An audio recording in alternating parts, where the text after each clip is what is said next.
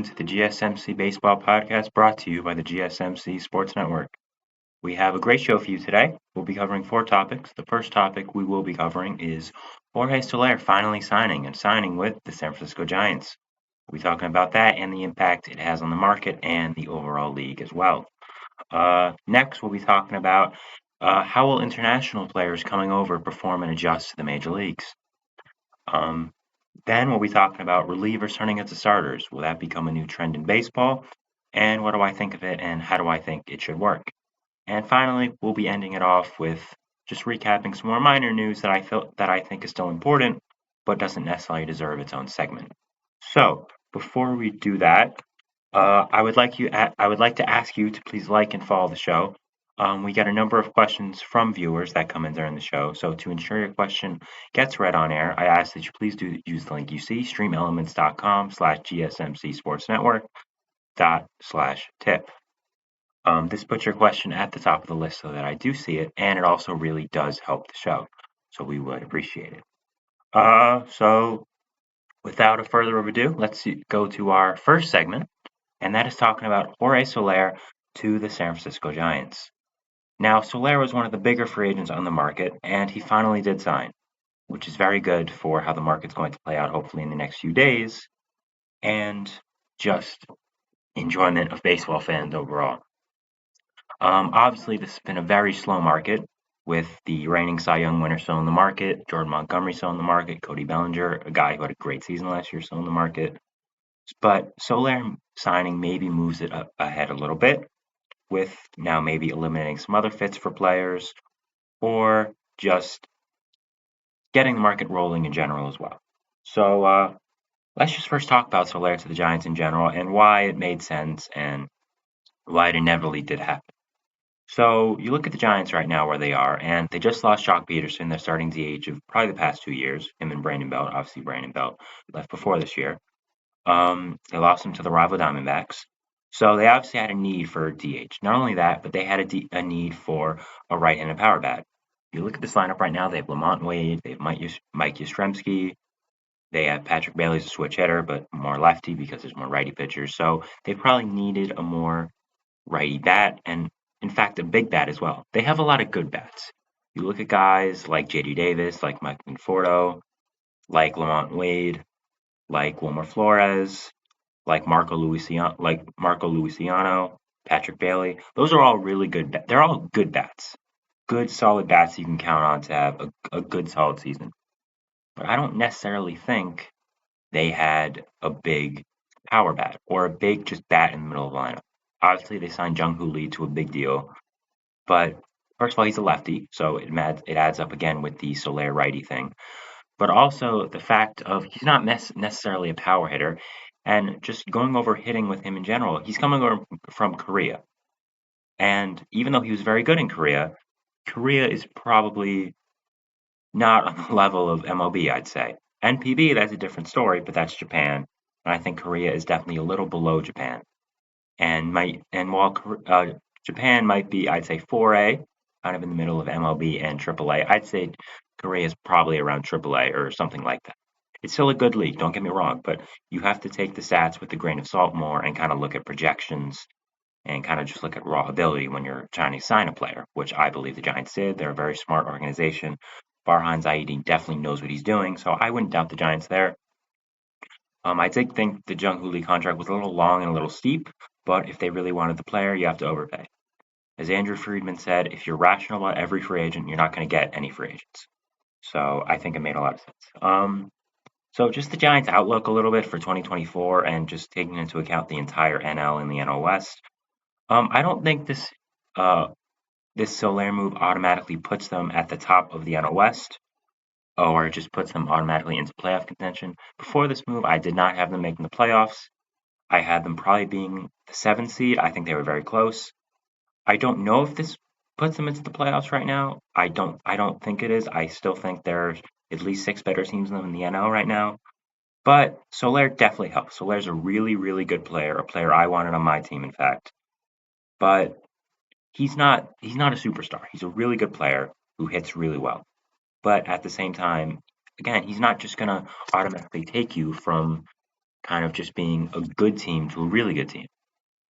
Now, when taking into the West in consideration, I'd say they're probably still the third best team. I had them being third before this. I would say that's the same as well. I think the Dodgers are just so much better. I think anyone who watches baseball and who followed the offseason can't agree with that. When you add Shohei Ohtani, when you add Yoshinobu Yamamoto, when you add Tyler Glasnow, even other guys around the corners, kind of like James Paxton and Ryan Brazier re-signing, that's just a really, really good team.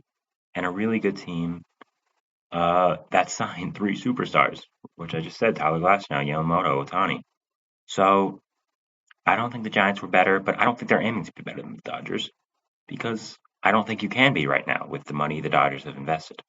You look at the other team now, the Diamondbacks, who are second in the NL West. They had a great offseason. I mean, one of the better in the league, I'd say. They did something very nice, which that they saw their young team go ahead of schedule and say, okay, this is our time now. We're going to go for it. We're not just going to wait around for next year when we think our window is bigger. We're going to go for it now, and we're going to extend it. So I really like that they did that. They're the defending NL champs, so we do have to put some respect on their name. I don't think the Giants are better than them right now. And I don't necessarily think there's a move they can do to be better than Diamondbacks, just on paper. Again, Diamondbacks, Zach Gallen could get injured tomorrow and this whole thing changes. We don't know. But as of right now, I would say the Diamondbacks are better. But again, Giants are still a good team. I want to make that very clear. I'm not trying to dog in the Giants here. They're a very good team, and I like this Soler signing. They're just kind of stuck in a crosshairs right now. They don't really have a superstar to build around. They tried for Yamamoto. They got said no. They tried for Ohtani. He said no. They tried for Judge. He said no. Even a few years back, they tried for Harper. He said no. So just the Giants, they have to find a star right now. They have to find a star to build around, to get this fan base excited around, to rally around. And they have a lot of good players. I don't necessarily think a lot of good players is going to win you a championship. Next year, some potential fallout from the Soler signing. I think that could Andrew Baggerty from the who covers the Giants, one of the better Giants beat writers. He mentioned that he thinks Michael Conforto and JD Davis could be trade candidates after this. Now, I think this makes natural sense. JD Davis was their DH, starting DH for last year, I believe. So I think this kind of neutralizes his role a little bit. He's still a good player, and I wouldn't be surprised to see the Giants hang on to him. But at the same time, you have to realize that he can't really feel that well. Being a Mets fan, watching him for the past few years before this, I know what his strengths are. He can play third base, not very well, but he can play it. He can play first, but I don't think they're going to have him play first with the amount of versatility they have in the infield with Lamont Wade, with Wilmer Flores, with other guys as well who are just kind of utility. He can play outfield, but again, not very well. So I think this would make sense for it to be the end of JD Davis' time in the Bay. It is kind of late to make a trade, obviously, but with so many players lagging on the market, maybe a team wants to get another position player in there. So it would make sense for JD Davis to be traded, but again, he very much might not be. Maybe they just want to say, okay, we want to keep him and just have him either be a bench bat or kind of be the 10th man in a way, which is just kind of like the sixth man in basketball, just being either their top bench bat or just filling in whenever someone's hurt and needs a day off. Mike Conforto, I don't know if necessarily he's going to be traded. This one's a little iffy for me. He's still a good, okay player. He was a league average bat last year. I would say give him 1 year to kind of have a full off season, kind of just fully to get healthy. Obviously, he had the big injury before he signed with the Giants. So maybe that was just, you have to take that into account. He didn't play in baseball the year before. So I think if they're trying to sign another guy, which we'll get to very soon in a few minutes, it would make sense for Conforto to be traded just because it opens up money and it opens up space on the outfield with Soler coming. Soler's obviously going to be a DH, but you want that flexibility. And Conforto was kind of just okay, and he's getting paid a good amount of money this year. So trading him would make some financial sense if they want to open up the books for someone else who's left on the market, or just they want to get something back for him because they don't really see a fit anymore. So I think this could make some sense, but I would say JD Davis is more likely to be traded than Conforto, but I would still look at both as likely trade candidates because of the Soler signing and the follow-up. So finally for this, we're going to talk about the impact it has on the current market of free agency. Obviously, we know of the guys who are still available. JD Martinez, Matt Chapman, Blake Snell, Cody Bellinger, Jordan Montgomery. I mean, those are just four incredible names that have still in the market in spring training. In spring training, those guys are still in the market. JD Martinez, sorry, a guy who had an amazing season with the Dodgers last year. Matt Chapman, one of the better third basemen in baseball. Blake Snell, he won the Cy Young, and he's still available in free agency in spring training. That's just incredible to me.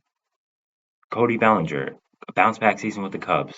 Jordan Montgomery, World Series hero with Texas. Like these guys are still available on the market in spring training.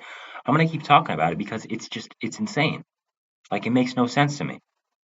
But I before the Soler signing, I had the Giants signing Matt Chapman.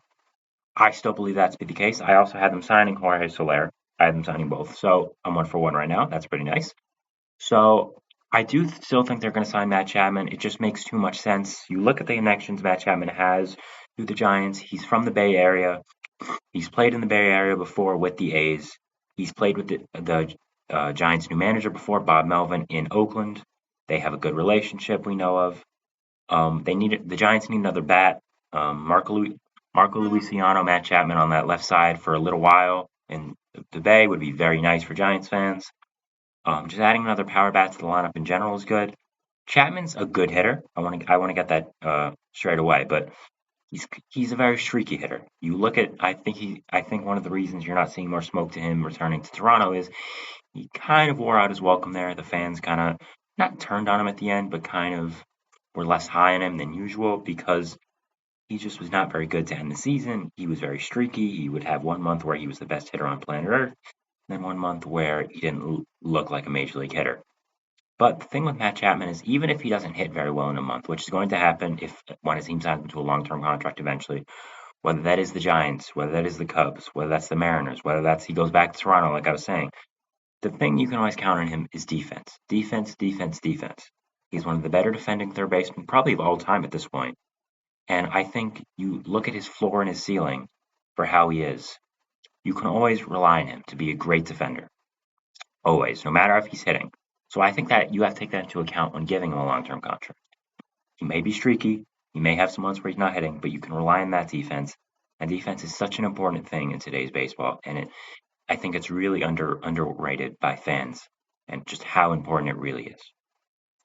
Just other guys, JD Martinez. This obviously puts his suitors down a little bit if the other top free agent was signing.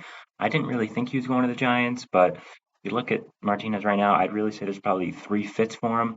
First being the Angels, where I did predict him to go. It just makes a lot of sense. They need a DH. They have a good young team, actually, in my opinion. Not a team that's going to make the playoffs, but just a good core. And I think adding Martinez could stabilize it a little bit, add some pop to that middle of the lineup. And if they suck, he can be traded at the deadline for a pretty good prospect, assuming he hits well. He also wouldn't have to move out of LA. Considering he played for the Dodgers last year, you would probably just take a little longer drive to the ballpark. Also, the Mets, I would look at the Mets as a fit for Martinez. Not necessarily, I think necessarily just because they've been mentioned with him. I don't think they'll sign him. Everything I've read about the Mets is that they want to see what their young guys have, and guys like Mark Vientos, guys like Brett Beatty, even someone like DJ Stewart, who's a little older but who had a breakout season with them last year. So I wouldn't look at the Mets as a Martinez fit, but you have to mention them here just because they have been rumored. Uh, Blake Snell, Cody Bellinger, Jordan Montgomery. I didn't think they were signing with the Giants, but I think this just puts the icing on the cake for that. They are definitely not anymore. I mean, they signing Soler, I think puts them out of I think puts them out of Snell, puts them out of Bellinger, puts them out of Montgomery. I didn't think those made sense. Bellinger especially didn't really make sense with the signing of Jung Hoo Lee, who is signed to be their center fielder. Farhan Zaidi and the Giants don't really like giving out long-term starting pitching contracts, really, unless it's kind of an outlier with like Yamamoto was. Obviously, he didn't end up going there. He went to their division rival. So I don't think this affects the market too much, but I do think it affects it with Chapman a little bit because the Giants may not be willing to go to as high as a price for Chapman before. But I think Chapman's market is already falling considering the fact that he's still in the market in spring training, which is kind of insane. Again, I'm going to keep mentioning it because it is. So I would look at that. So yeah, that's the end of segment one.